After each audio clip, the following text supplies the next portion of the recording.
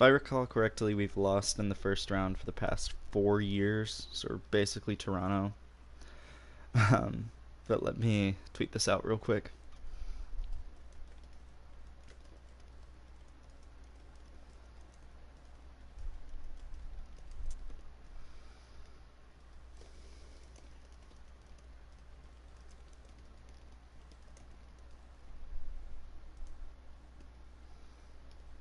So there we go. We are trying to make it past the first round, and we finally have some prospects playing like in real life, like in Sweden, which is awesome. Jack Drury and Jesper Sellgren are playing on the second line, and second pair. So I kind of decided to tear it down a little bit. So I still have 5 centers and 1, 2, 3 left wingers. 1, 2, 3, 4 right wingers. Defense, I have 3.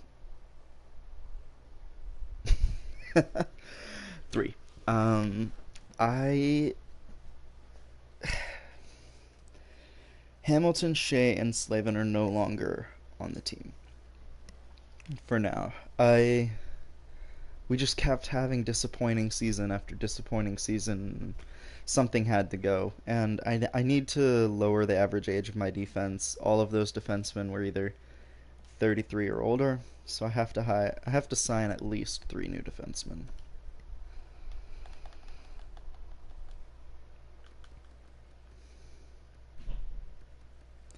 That does depend a lot on what's available.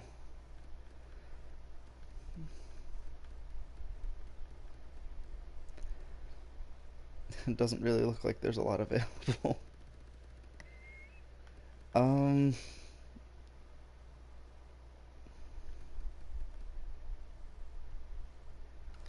See, Shea wants 4 years. I don't want to give that to him, but I'd be willing to give him another year with the team because he was a pretty good fit.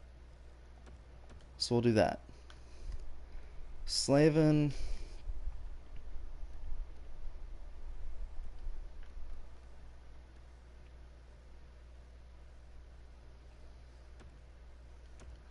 We'll get Dermott. I don't want to give him 5 years. I want to give you 1 year. This is a prove yourself to me contract.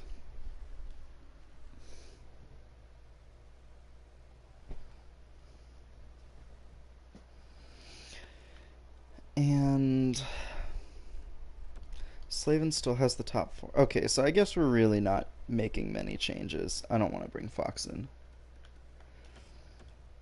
The defense is going to get slightly worse, but a little younger. And yeah, we're bringing Shea and Slavin back because there's no other good options on defense this year.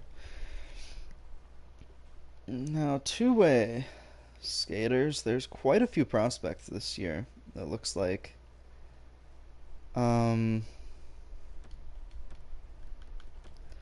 Charlotte's defense was pretty poor, so I'm gonna do this.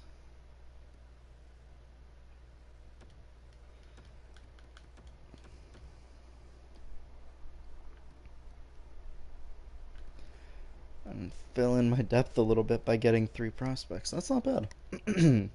So I fired my head coach this past year, if you remember. It's been a while since I've played.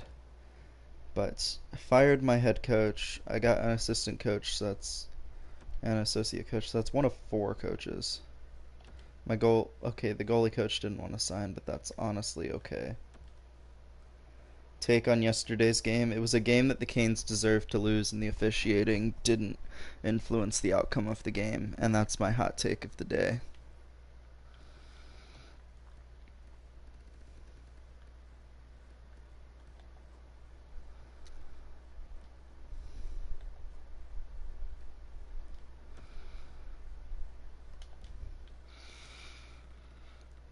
Um, I guess you're gonna want me to elaborate. Yeah, the Hurricanes, I mean, they played like they wanted to lose that game.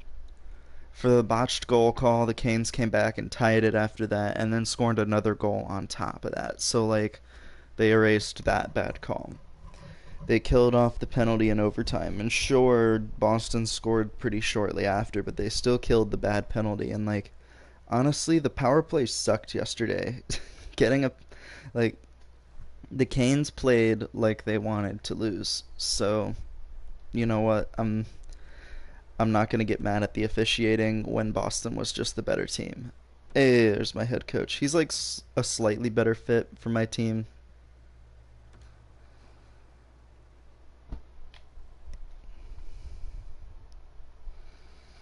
But yeah, folks might be mad because of that, but like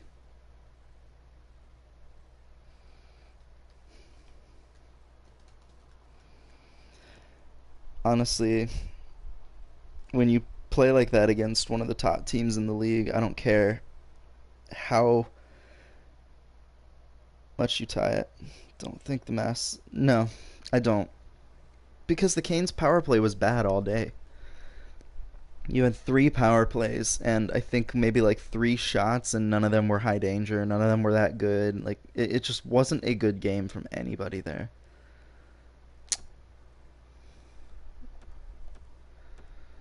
Alright, so I got my three defensemen. The defense gets a little worse without Hamilton, but like, I'm honest, we get playoff experience in Dermott. It's worth.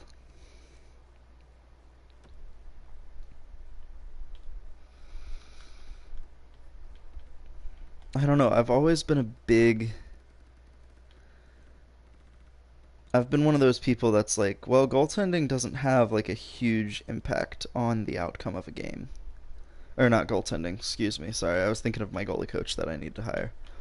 Um, Officiating. Because at the end of the day, it's not the officials that win the game for a team, it's the players. Like, if a penalty's called, it's up to the power play to score, and if they don't score, then, it's null. Yeah, sure, there can be bad calls, and I think the NHL's officiating does need to be improved tremendously, but because I mean it's embarrassing year after year, but like at the end of the day, if your team isn't good enough to overcome that, if I mean the Canes just can't blame officiating for how they played, and even Rod said this morning like it wasn't a good game for the Canes, so like that's not yeah it's the Canes. They needed to play better, but today is a new day.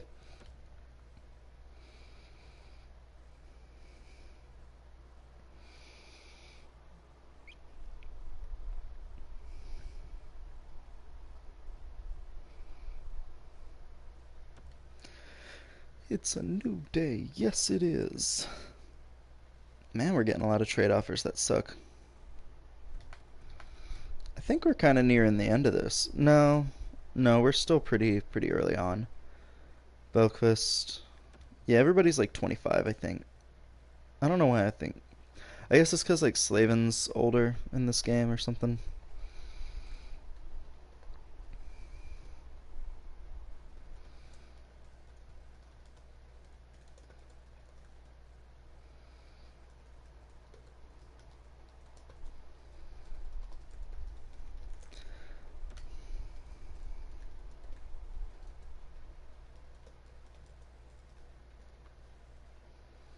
Oh, Elias Lindholm traded to Montreal. That's a big deal.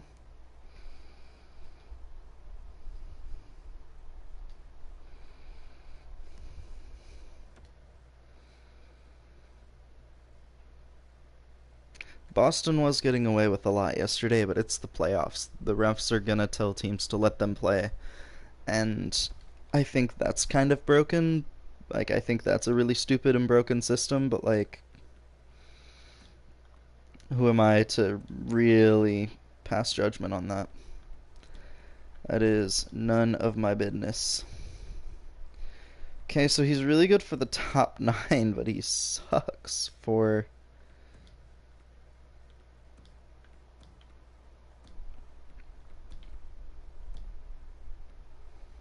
He sucks for the fourth line, which is really unfortunate. And if I do this, he's just neutral. The coach, I mean.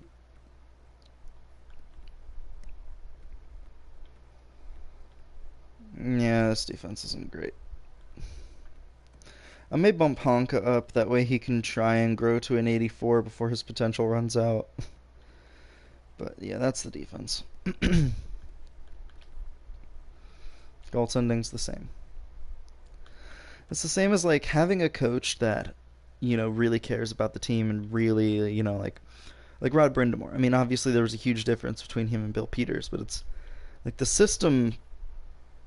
A lot of the systems in place are kind of the same. Like, we want to be built on speed. We want to control the play. The difference is his belief. The talent of the roster's better and the coach is better, but the coaching isn't the end all be all of a game. Ultimately, it's down to the players to perform, and they didn't yesterday, so that's why the Canes lost.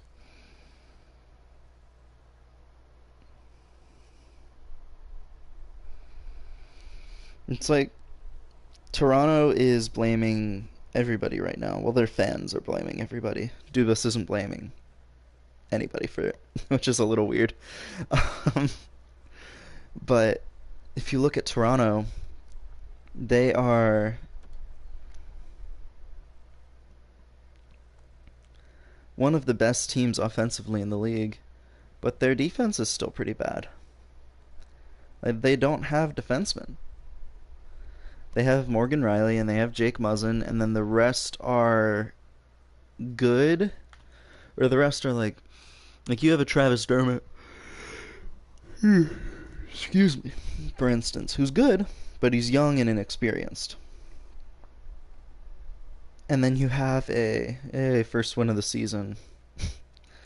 You have a guy like, Cody Ceci, and then you have Tyson Barrie, who was awful this year for the Maple Leafs, and you just have a couple other players who just on defense don't gel, and it's like Toronto was trying to build like a super team, like I do in franchise mode, and it just doesn't work. It doesn't.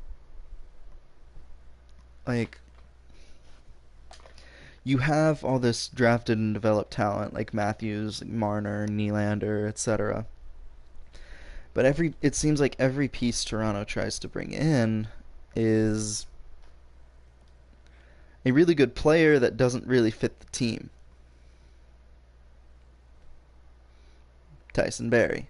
He was expected to save their defense and make them a cup contender, and that kind of fell flat on its face. And they traded Nazem Kadri, who's like one of the better contracts in the league. He's a very good player. So it's like super teams don't always work, and I mean, unless you're working with no cap like the Red Wings were, it's a different story, because then you can afford to just bring every single great player here, but that's not how we're doing. It's like, oh, the cap screwed Toronto. No, Toronto screwed Toronto.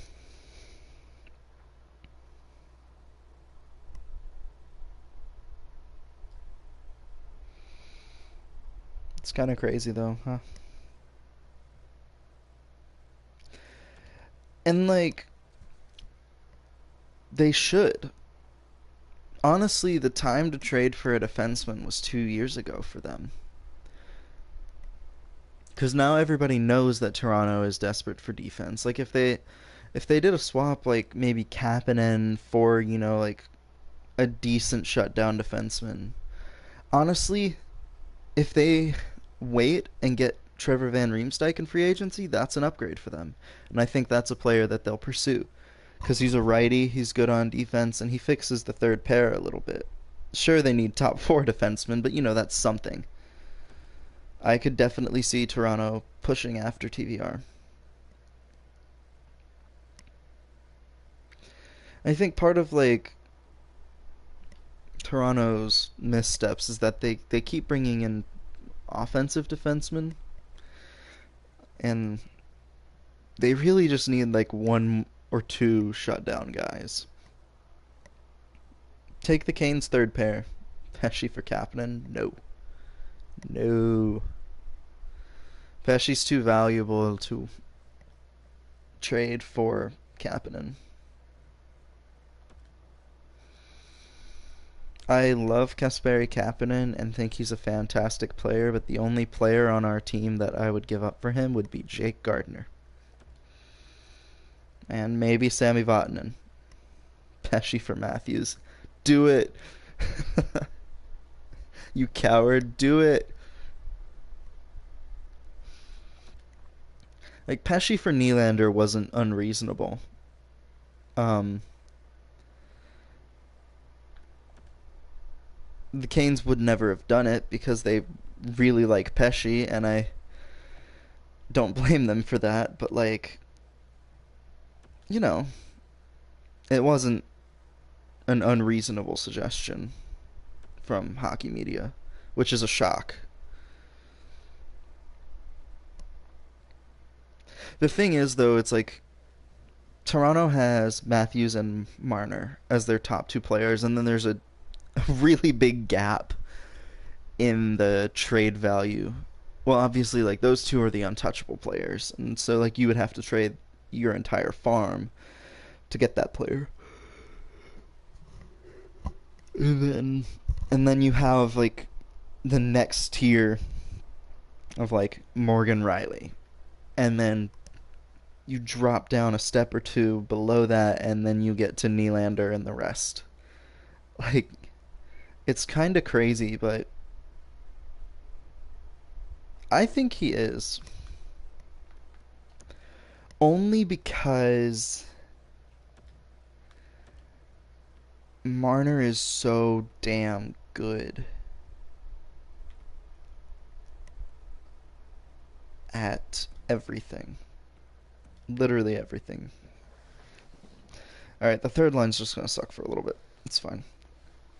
Like, Mitch Marner. The thing is, though, if it's like a Taylor Hall scenario for Toronto, and Toronto's too smart to do that, it would be so bad. Like, if they traded him, there's no way Toronto could get better. And that's the thing.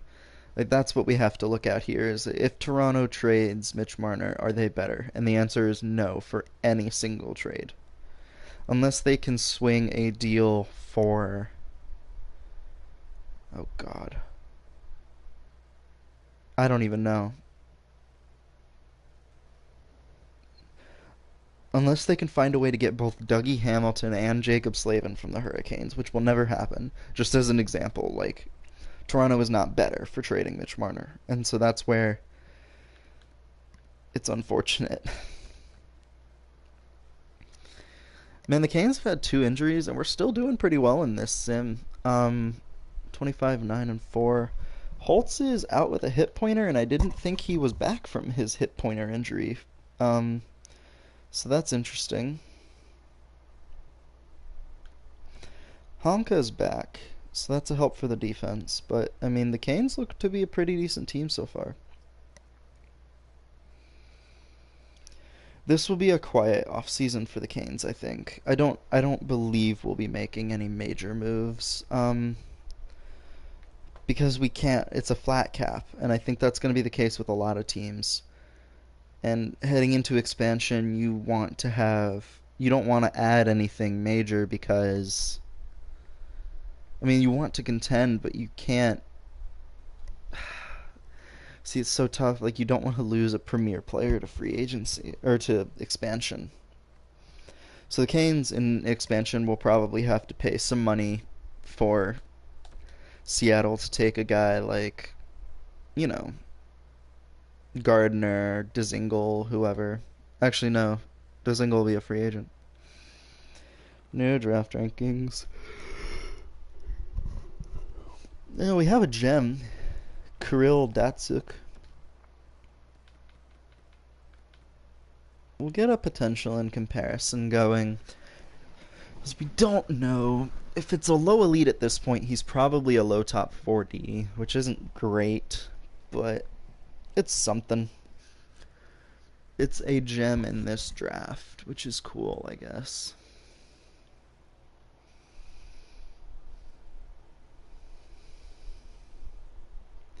Biggest name that we won't be able to protect. Um, I mean, it's going to be a defenseman that we won't be able to protect, in my opinion. And let me look at cap friendly.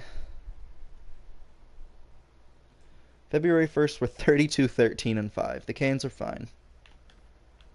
I was a little worried after our bad start, but you know what? I'm ready to get hurt again, folks. Active expansion draft simulator.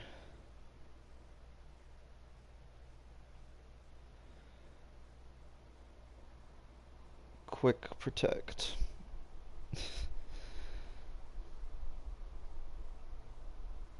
I'm gonna review the Canes protected players. So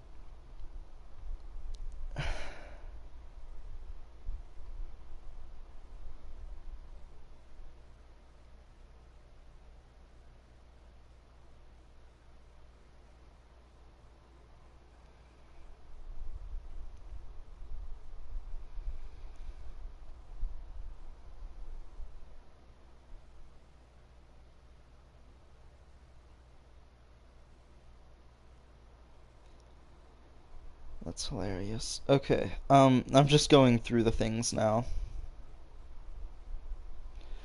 So players that I could see protected, or I could see the Canes losing. Probably not a forward because I think we're fine. We've got Aho. In this we have Aho, Stahl, because Stahl has to be protected. Teravainen, Trocheck, McGinn, um, Svechnikov, and Fogel, and I'm fine with that. Um, Defense, we have Hamilton, Slavin, and Pesci. And then Mrazek as our goalie, which is fine for now. I cannot see us losing a goalie. There's going to be better goalies available. And Reimer's old. So I can't, or he's older, on the older end, so I can't see that happening.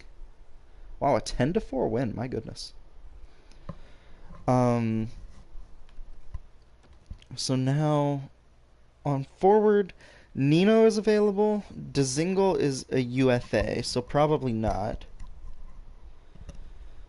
And then there's Geeky, but I would imagine that we would. I mean, there's better players to pick, but I could honestly see instead of McGinn, us protecting Geeky. You know what? I'm gonna do that because McGinn's a UFA, so I'm gonna protect Geeky instead because he's an RFA, and that would be better for the um, Kraken.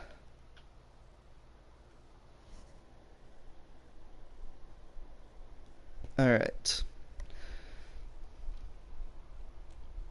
So out of the biggest names, I would say Nino, Shea, Gardner, and that's it. So you're losing one of Shea or Jake Gardner to free agency. Now, do you pay Seattle to take one of those two defensemen? I mean,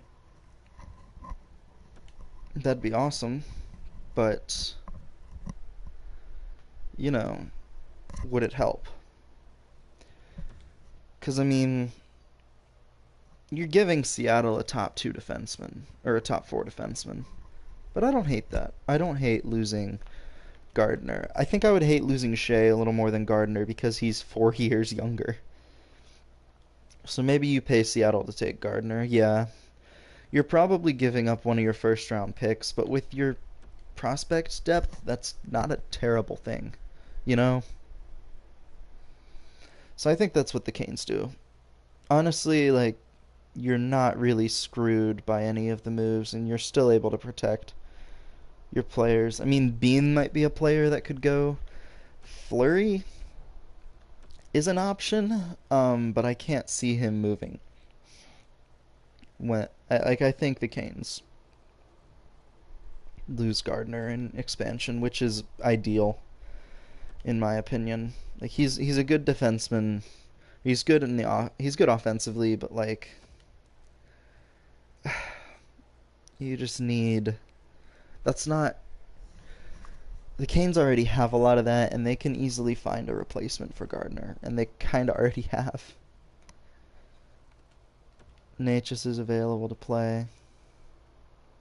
And that's why I don't think the Canes re-sign Vatanen as much as like I would love them to. It's because Gardner is being lost in expansion. Or that's the goal, at least. Alright, let's check and see if there's any more gems in this draft. Yes, we know he's a low top 4D now, and he's a two-way defenseman. I mean, that's not awful. Good size, but, like, eh. It's just not, like, a great... It's not, like, a franchise-changing pick. It's just a guy who has, like, a slightly better chance at making the NHL. It's not a gem. How does today's game play out? If it depends on if Williams and Vatanen play. If Vatanen plays, the power play is going to see like noticeable improvements. If he doesn't, then I don't know. Last game of the season, we have clinched the division but not the conference, which is crazy. Aho got goal there, and the Canes are going to lose, actually. Teravainen and Oles get goals as well. So they lose the last 2 games of the season, which is, or 5 games of the season. Yikes. Which is not good. Um, Holtz leading the team with 74 points. So, despite missing 13 games this year, Holtz led the team in points, which is interesting. Means goal scoring wasn't that high, but I don't hate that. Trevor 73 points, Aho with 73 points, and then Svech with nice. But here's what I like, is that Suzuki, Natchez, Bach, all 60 points. Provorov had 50 points on the back end, and, you know, just a decent season overall from the rest of the team. Trey with 49 points. Pretty solid. I don't know if I had any rookies this year. I had one rookie play 7 games. Okay. Goaltending was great this year. 6 shutouts overall. Josh was clearly one of the best goalies in the league. Might have had a Vezina caliber season. But I saw an interesting point today from Jeff Merrick about where I was trying to get with the Toronto thing before I got distracted by NHL 20 was he made a point about why Nashville has struggled so much. And Natchez and Oles with the goals. I believe that's the 2 Czechs on the team. Oles with another goal, and Aho with a power play goal. Canes win. Talking about how one of the reasons why Nashville might be struggling is because almost none of their roster was drafted and developed by the organization. Ooh, Svech out for actually just a couple games, which is fine. Like, just a couple players on that team were actually drafted and developed by the team. They just brought in a bunch of players to fix the team, and they've all kind of failed.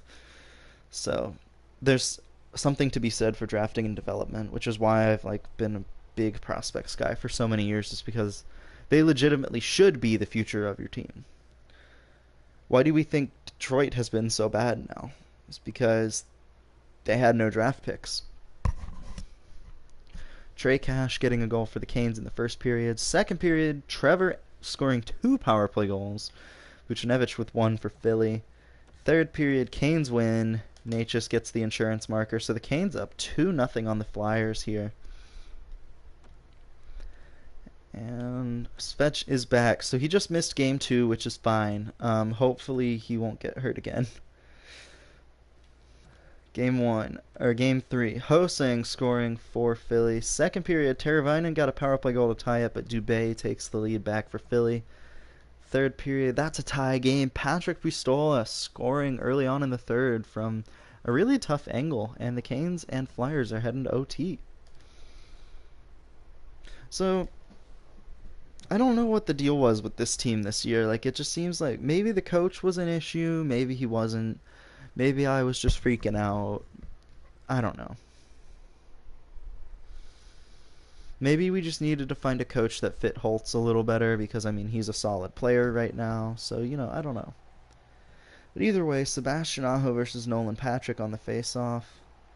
Man, Nolan Patrick, what could have been if he just stayed healthy? Trevor with the puck. Ooh, he gets crushed. And Svech caused the turnover for a minute, but Sanheim gets it to Ho-Sang. Back to Sanheim. He's going to dump it into the opposite corner, and the Canes are going to pick it up. John Klingberg with it to Sebastian Aho to Svechnikov. Oh, turned over at the last minute. Nolan Patrick with it. Patrick being guarded by Klingberg very well. Sanheim had a lane. Shot blocked by Svechnikov. It's a 2-on-1 the other way. Svechnikov and Trevor. Shot saved by, I'm assuming, Carter Hart. Besser with it. Nolan Patrick to Ho-Sang. Josh Ho-Sang with the puck. I think he has a KHL deal in place, which is crazy. Hit the post! Oh, what a save! Oh, God. Oh, God.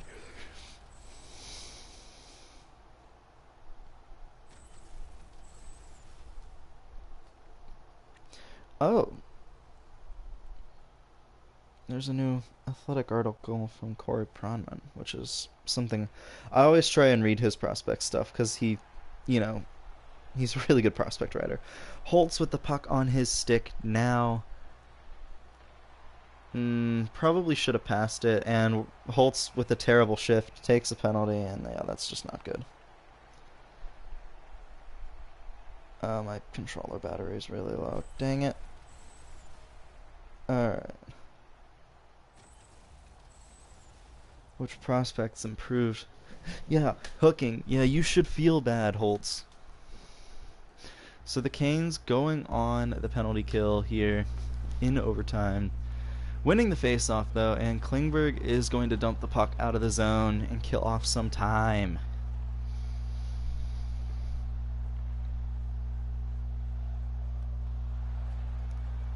And saved by Josh Bartosik. Nice.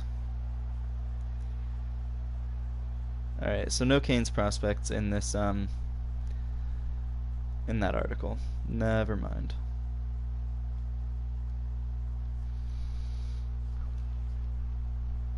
Ooh, losing the face-off. Farabee with it to Morgan Frost. Shot saved by Josh Bartosik. He had plenty of time to square up to that puck. And makes a nice save there on Richie. So, Aho and Necas against Ho-Sang, Couturier, and Patrick here. Necas loses the face-off. Buchnevich. Ho-Sang's shot was blocked at the last second by Brady Shea. Great turnover. Aho's got it, and he clears it out.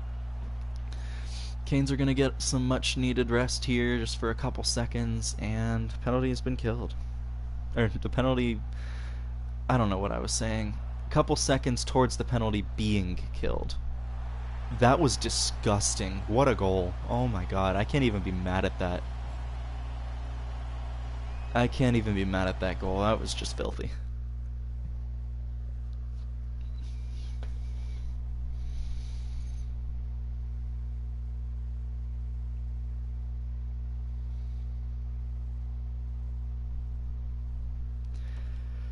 Alright. AHL season is complete, and Charlotte is not a playoff team. Charlotte's been really terrible to start this,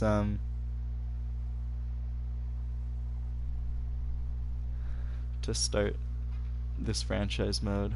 Necas with a power play goal and Svechnikov scoring. Second period it's tied. Seider and Frost with a power play goal. Third period, Trey Cash scoring and Max Jones ties it. So we're heading to overtime for the second straight game, and yeah.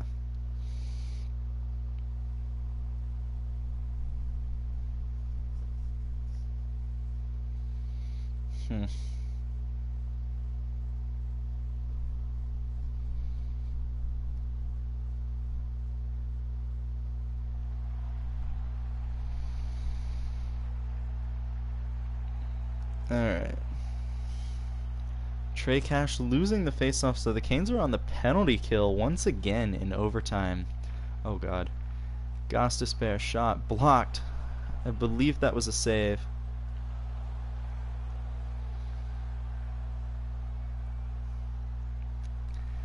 Buchnevich with it now. Shot. Ooh, Josh got it with the shaft of his stick. Couturier scores. Dang it. You see, the Canes were just scrambling there, and all of a sudden, the series is tied. Dang. Alright, well, anyways, the projected lines for today's Carolina Hurricanes game, which could obviously change if, Williams and Vatanen are not good to go. Oh, there were no changes unless Vatanen and Williams were game time decision. Okay. So if they decide that they're good to go, then I would imagine that Nino is out because Dzingel had a great game yesterday, in my opinion. And then I would imagine that you would sit Gardner. Because he didn't play. He played like 13 minutes yesterday. Second period, so Svechnikov with a power play goal, Ritchie and Ekman Larson with other ones. Third period, Sanheim. So the Canes have lost 3 straight after going up 2-0 in the series. And once again, we're getting into very charted territory for the Hurricanes here. Losing in the first round, possibly. On the verge of losing. Power play goal for Teravainen. So the power play has been great. Even strength has been terrible. And the penalty kill's also been terrible. Besser ties it. So we're going to OT. And the Canes have lost every single overtime game this series. So you need a win here. You need a win here.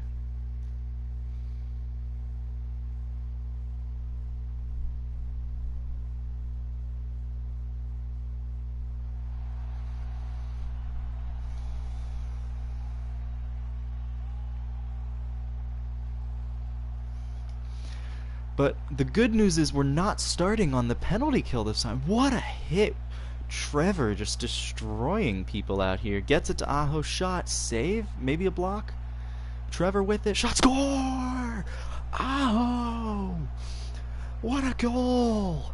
And the Canes force game 7. Rod did not say. Basically, the projected lineup was that there were no changes, but obviously there could be changes.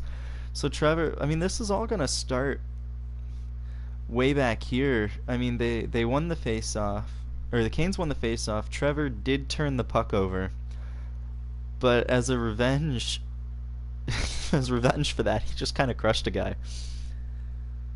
My thoughts, I mean, Mrazek was great, but at the same time, you don't want to overwork him, and Reimer was great too, so like, I'd go with Reimer today, but that's also just me. And that was just a great shot, and honestly, kind of the Philly defender's fault. He screened his goalie there.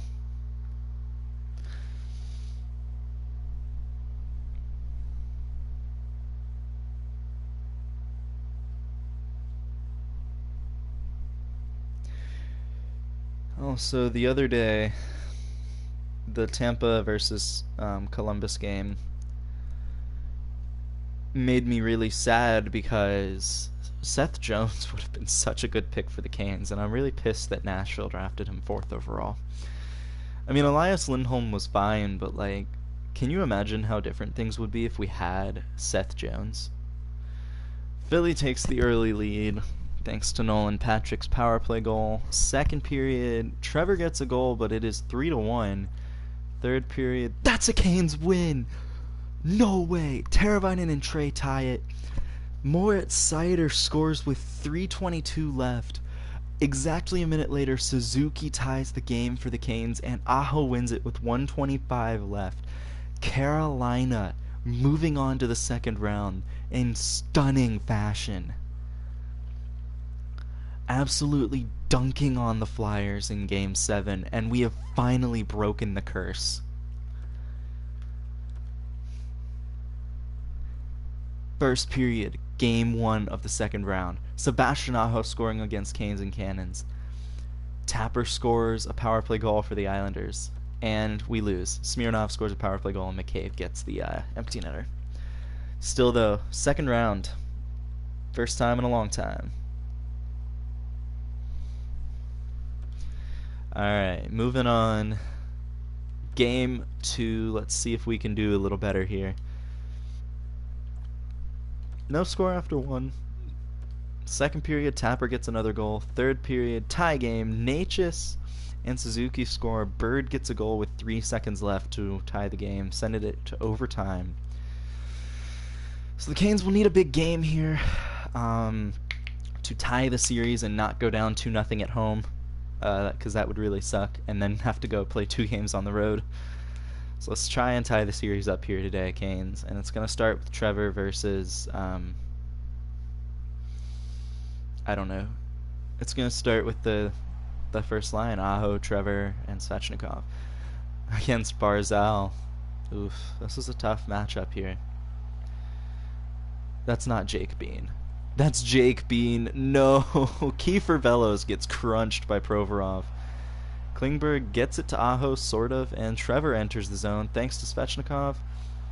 Shot turned over, and Svech is going to take a bad penalty here. A Svechnikov stick infraction is quickly becoming the new Stahl stick infraction. Shot, and Josh makes a good save. And yeah, the Canes are going to the box thanks to Svechnikov's needless penalty.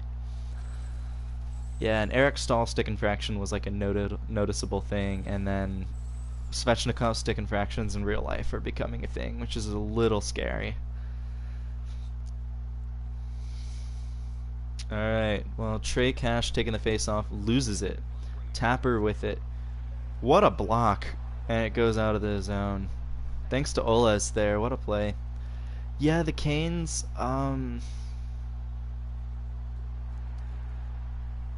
face-offs were a bit of an issue there, but like, let's get this going. Oles versus, or Cash versus Smirnov. Wahlstrom, Oliver Wahlstrom, another block shot.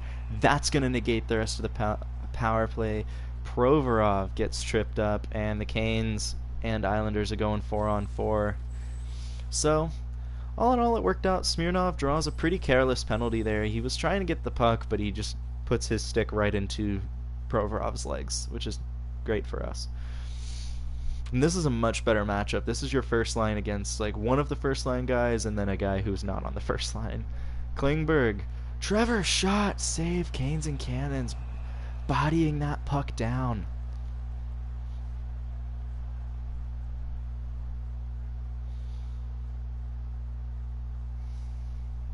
Kiefer Bellows and Will Looper here. That's a bit of a better matchup for them. And Aho loses the faceoff again, so his faceoffs must not be great.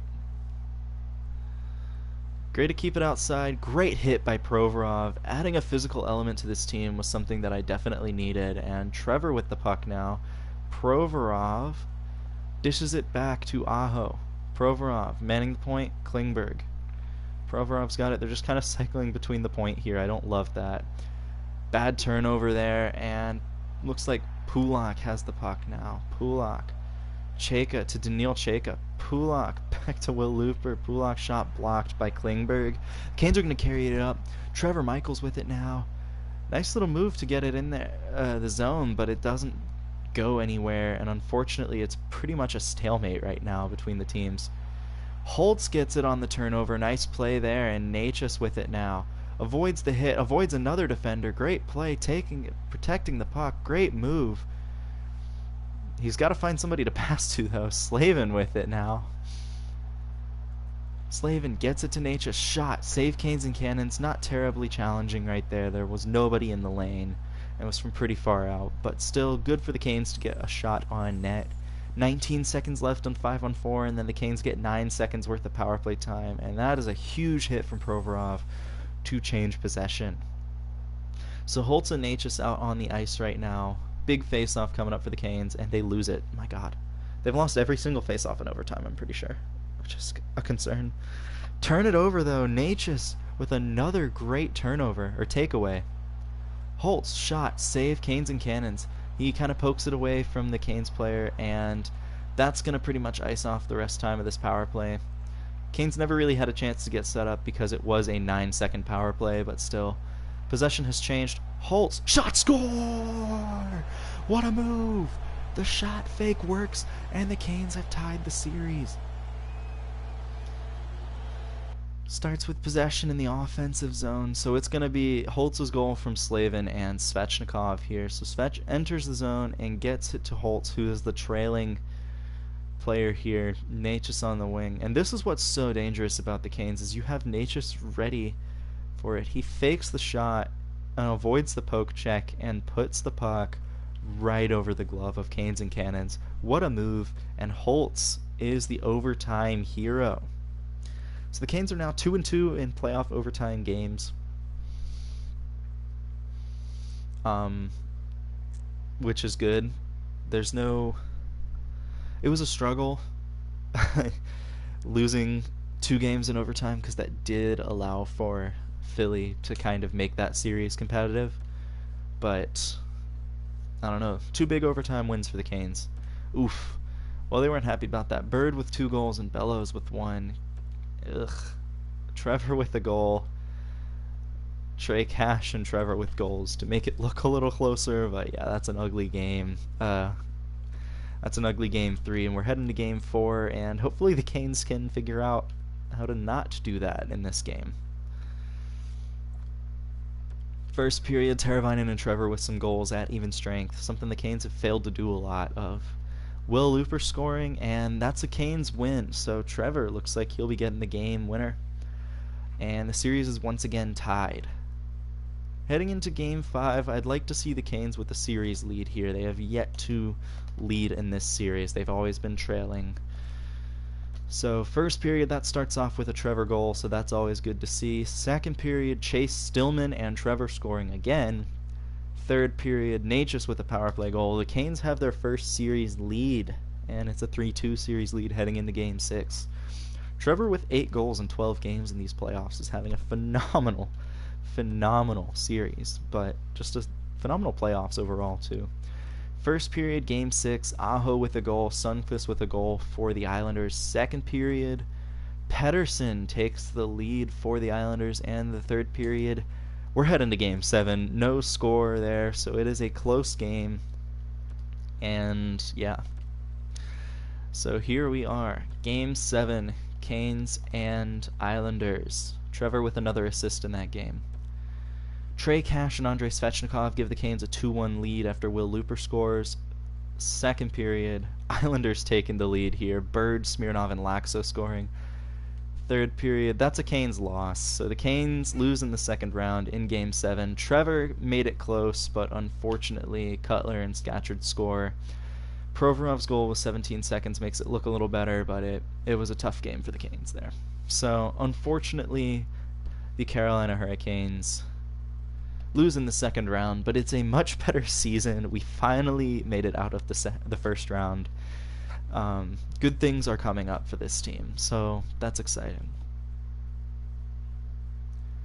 Okay, medium elite goalie and another low top 4 defenseman. One thing I'd like to see the NHL games do is I'd love for them to do like a coach's fit segment of scout, like a system fit section of scouting. That way, like, you know, you would have won the Conn Smythe. I know. That really sucks. I'm sorry.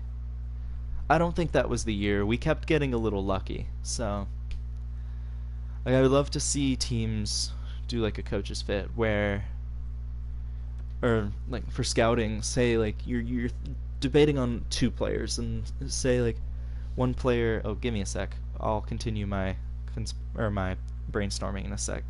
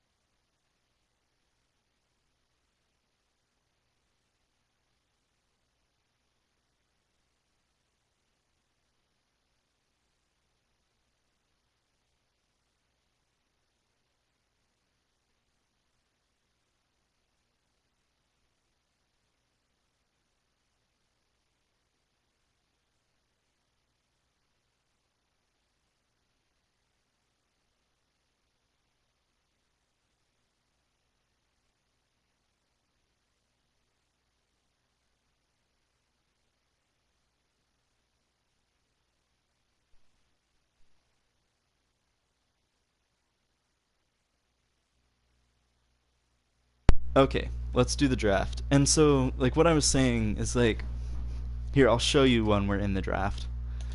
So, pick 26 here. We have some options for the top players here. So, for instance, this Aiden McLean, not going to pick him, but okay, we have no report. Let's do a player who we actually have a report on. So, for like the potential and comparison page, oh, they do kind of have a scheme fit. Oh. Huh. Cycle and pinch for forward. I don't know what my. I don't know. The problem is, I wish that they would show you. So for this, that's awesome, but they really need to show you what your coach is, because that doesn't help. That doesn't help me. I don't know what my coach's scheme is.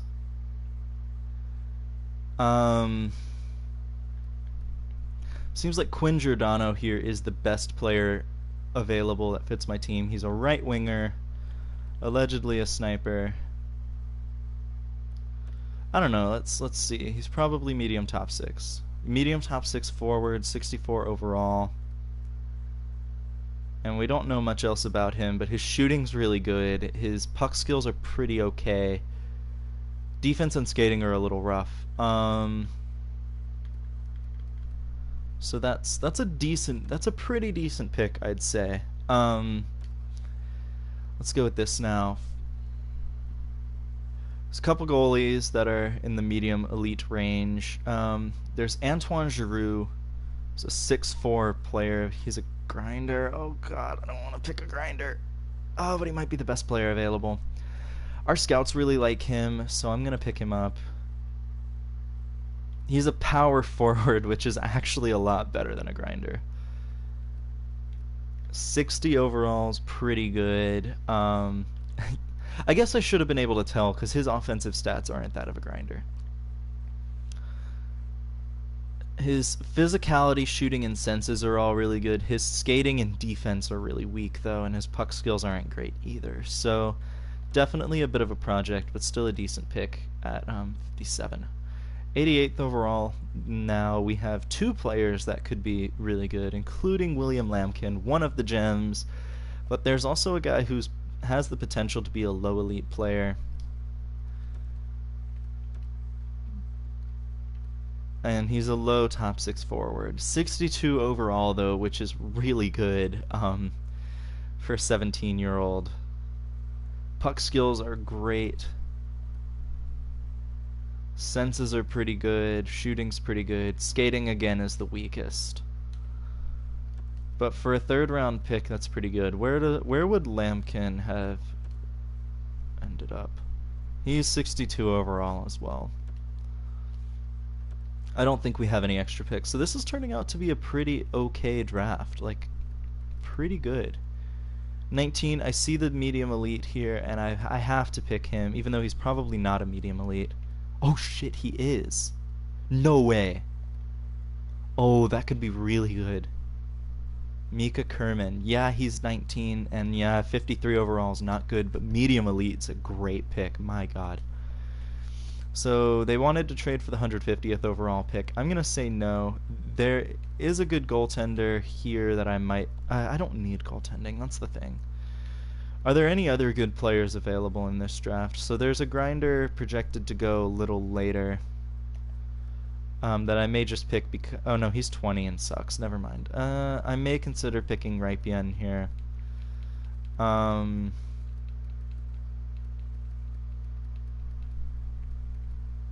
Yeah. Might not be a terrible idea to pick the goalie, I guess.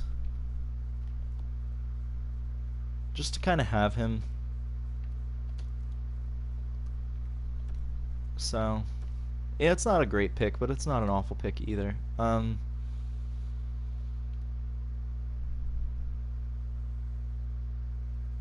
Yeah, I think here we'll just go with the guaranteed medium top 9, even though he is a grinder. And then with the last pick in the draft, I'll pick the guy who was the low elite sniper, Gabriel Raipion. Low elite, pretty good actually. 49 overall is not, but if he can get up to like a decent overall, that's a good pick. That was a great draft for the Canes. Something we kind of needed. So some minor trades going on in the draft, and we'll sim to the re-sign phase now. My associate coach has an expiring contract, and I have some scouts with expiring contracts as well.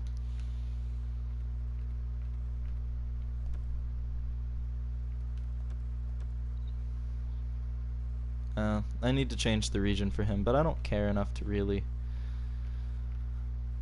do that.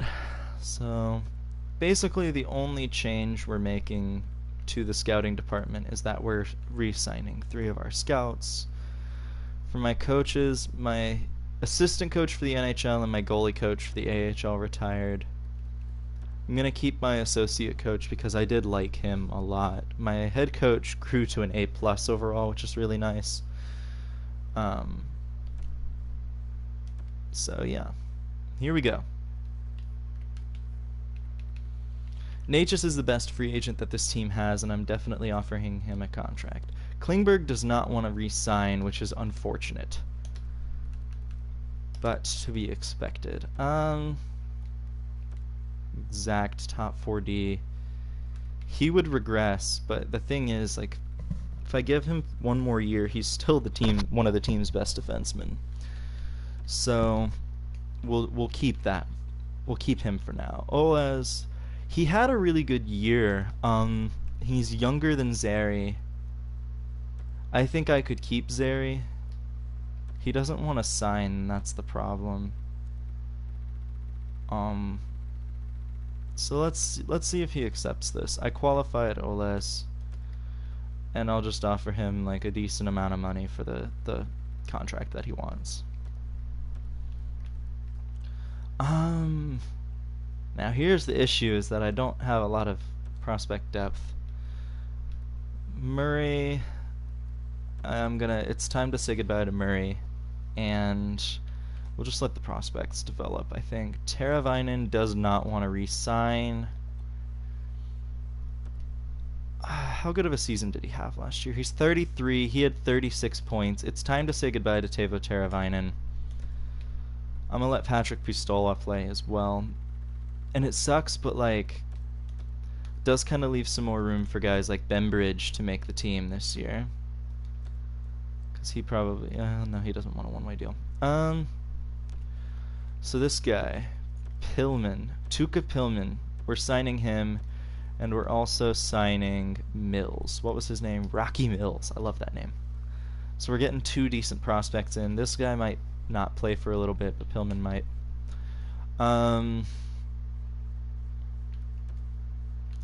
I keep waiting for Lilia to get better, and he just doesn't. Stillman I'm not going to re-sign just because I don't think there's a reason to. Same with Shea and Slavin. I will keep Dermott for 2 more years now, and I will keep Honka for 3 more years. That's fine. Both players, I think, had pretty good years. Nieminen, I'm not going to sign, and then Soderstrom, he doesn't want to sign. Shoot, yeah, I'm going to have to qualify him. As for players to sign, Dirksen's the only player that I'm going to sign there. Goaltending, I have no free agent goaltenders. Unsigned prospects. So McKenna having a pretty good year. Victor McKenna, who was a first-round pick. So obviously he's going to sign. Other players that I might sign from that draft class are this guy, and then maybe these 2 players, depending on how they grow this season.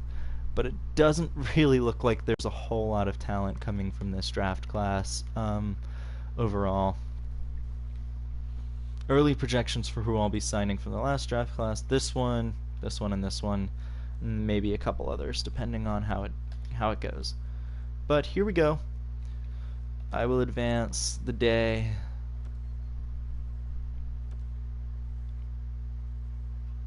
So my associate coach has resigned.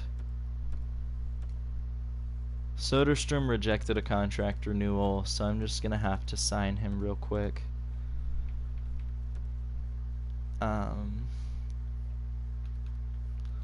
All expiring.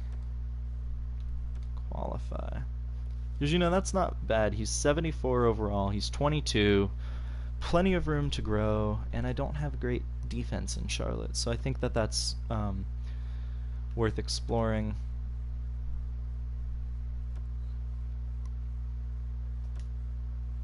Alright. So we have some contract space to do some stuff. First of all, I need to make some changes to the coaching staff and get my assistant coach and my goalie coach for the AHL. So my NHL assistant coach, again, probably won't be the best. This guy, because he has an A in penalty killing. And that's something we definitely need. So my NHL or AHL assistant or goalie coach, I'm just kind of looking for the best teaching out of the guys with the goalie concentration here. So that guy. Alright. So now let's take a look and see what the team needs. Obviously we need defense, and I'm pretty sure that's it, but we'll just check to make sure. Centers, we're more than fine. 1, 2, 3, 4, 5, 6. Okay. 1, 2, and then that's probably where the other two centers will go. 1, 2, 3, possibly 4. Okay, we'll be fine. 1, 2, 3, 4. So I definitely need 2 defensemen. Hopefully this is a better year for defensemen, free agents. Let's see. Oh, there's my top defenseman. Work rate, 2-way defenseman. Oh, please tell me he fits the system. I won't, honestly, I won't even care. He doesn't fit. I also see that my player is a free agent. I know, he doesn't fit the system, but come on. He's a top defenseman, and that's kind of what I need. Morrissey, he's still pretty old. I'll circle back to that. Francois, damn it.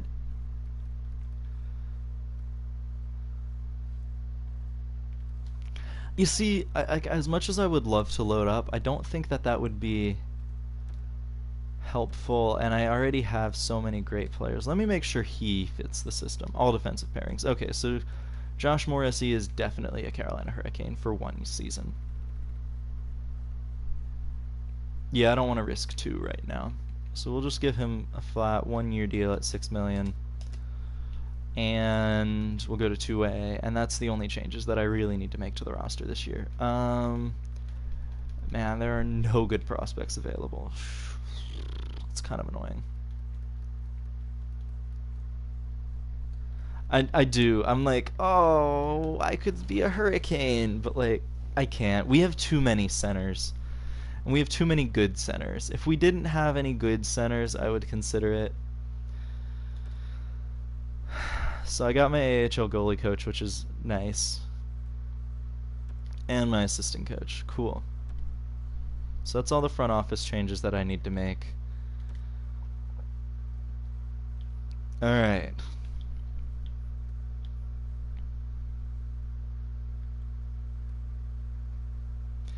I'm looking for the created players. It really doesn't look like many players signed this year. Or signed that day. So we got Josh Morrissey and we got Tom Workrate. This team's about to be absurd. Hi, Kevin. So, signings. Obviously, the Canes got Josh Morrissey. Brock Besser signed in LA. Borgstrom signed with the Islanders. Offer sheet to a player? That's crazy. Michael Cera for Toronto, or for Tampa. My player's a Flyer. Oof. JT signed with Washington. Tommy Watson, wow, big deal in Vancouver. And then hi, Kevin, signing in Winnipeg. So that really does suck for my player being in the Metropolitan Division. I was drafted by Columbus, right? Yeah. So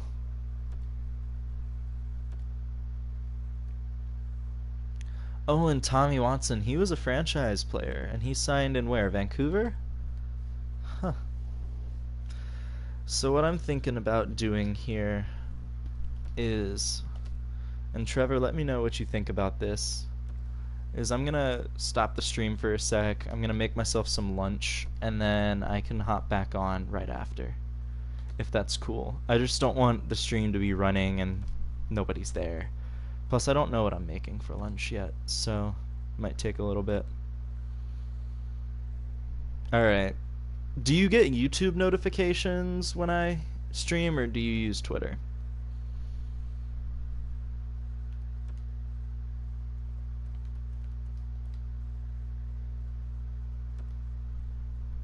I'm just gonna try. Okay, you get both. Okay, all right. I'll turn on the stream and then tweet it out again, I guess. I'm just trying to get to the next season. That way I can kind of see how the lines are and see like if there's any glaring errors. I don't think there should be, but you know, something to keep an eye on.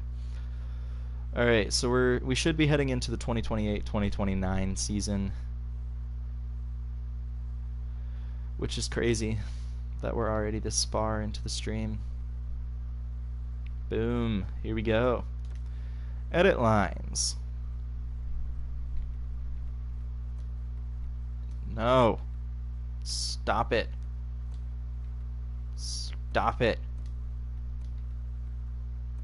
Stop it.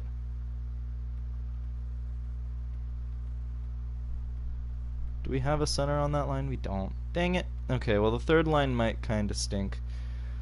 But it's fine because look at that top six.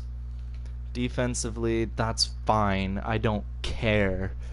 Because we have a legitimate top pair, we have a legitimate second pair, and a pretty decent third pair, I'd say. It's not like the league's best third pair, but it's a really good third pair. Zary and Lilia are the scratches. I'm actually going to consider putting Zary into the fourth line. Ooh. But we have prospects. What's Vorobyev? What's his? Medium top 9. What's this guy? Medium top 6. Yeah, screw you, Vorobyev. I'm putting in Connor Zary. Unless he doesn't fit. Oh no, he makes that line a lot worse. Okay, welcome back, Vorobyev. I should have signed a center. No, I shouldn't have. Look at this. I have... Trey Cash is also a center. I have 6 centers on this roster. I have 1, 2, 3, 4, 5. And then Zary, who's a scratch, is 6. Like, I'm fine. Plus, my player would have been playing... He could have been playing on the third line here. I wouldn't wish that on my player. Alright. The AHL doesn't look very good. I'm kind of disappointed, actually. Defensively, we look okay. Offensively, we have some players, but there's really nobody great on this roster here, which is unfortunate. Oh well. So we are done, and then I will stop the stream and save, and then we will pick up right after our lunch.